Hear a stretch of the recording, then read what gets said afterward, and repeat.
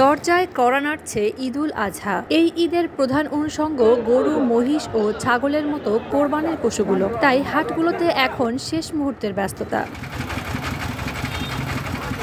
পছন্দের পশু কিনতে এক হাট থেকে আরেক হাটে ছুটে বেড়াচ্ছেন ক্রেতারা।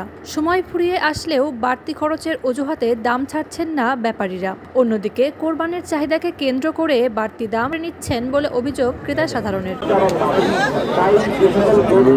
এক কথায় দর কষাকষি আর ক্রেতা বিক্রেতাদের পদচারণায় মুখরিত সিরাজগঞ্জের কোরবানির পশুর হাটগুলো। স্থানীয়দের পাশাপাশি দেশের বিভিন্ন প্রান্ত থেকে আসা বিক্রেতাদের সরগরমে জমজমাট হয়ে উঠেছে জেলার ৯টি উপজেলার ছোট বড় হাটগুলো। ক্রেতা বিক্রেতারা বলছেন, এবারের হাটে ছোট ও মাঝারি আকারের গরুর চাহিদা বেশি থাকলেও বড় গরুর দামে মন্দা।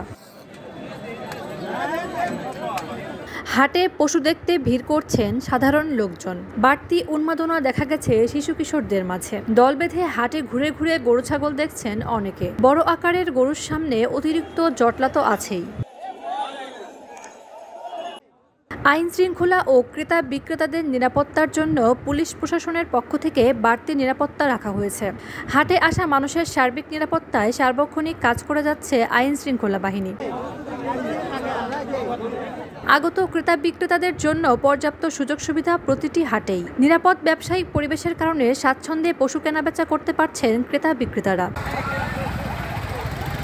Sirajganj Times news desk.